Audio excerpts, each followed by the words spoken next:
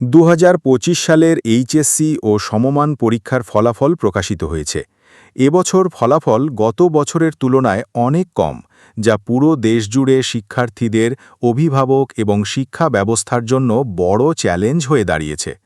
মোট ১২,৫১,০০০ শিক্ষার্থী পরীক্ষায় অংশ নিয়েছে, তবে পরীক্ষায় উপস্থিত ছিলেন ১২,৩৫,০০০ জন।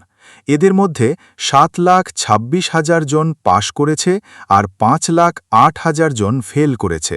অর্থাৎ এই বছর পাশের হার মাত্র ৫৮.৮৩%, আর ফেল হয়েছে ৪১.১৭%, যা গত বছরের ৭৭.৭৮% পাশের হারের সঙ্গে তুলনা করলে অনেক কম।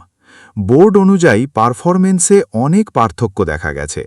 ঢাকা বোর্ডে পাশের হার ৬৪.৬২%, কুমিল্লা বোর্ডে মাত্র ৪৮.৮৬%, মাদ্রাসা বোর্ডে ভালো পারফরমেন্স ৭৫.৬১%, আর কারিগরি বোর্ডে ৬২.৬৭%। এবছর ৩৪৫টি প্রতিষ্ঠান শতভাগ পাশ করেছে।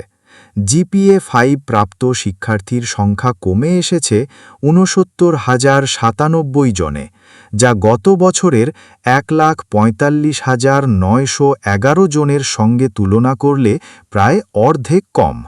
বিশেষজ্ঞরা বলছেন, এবারের কম ফলাফলের পেছনে কয়েকটি প্রধান কারণ রয়েছে। মূল্যায়নে কঠোরতা এবং গ্রেস মার্ক সীমিত করা হয়েছে। অনেক শিক্ষার্থী ঠিকমতো প্রস্তুতি নিতে পারেনি। প্রশ্নপত্র তুলনামূলক কঠিন ছিল।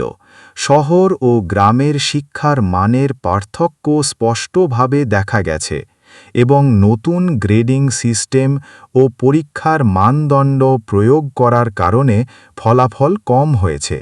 ভবিষ্যতের জন্য করণীয় স্পষ্ট। শিক্ষার্থীদের দুর্বল বিষয়গুলোতে বিশেষ সহায়তা দেওয়া, স্কুল কলেজে নিয়মিত প্র্যাকটিস পরীক্ষা বৃদ্ধি করা, পাঠ্যসূচি সহজভাবে উপস্থাপন করা এবং ফেল করা শিক্ষার্থীদের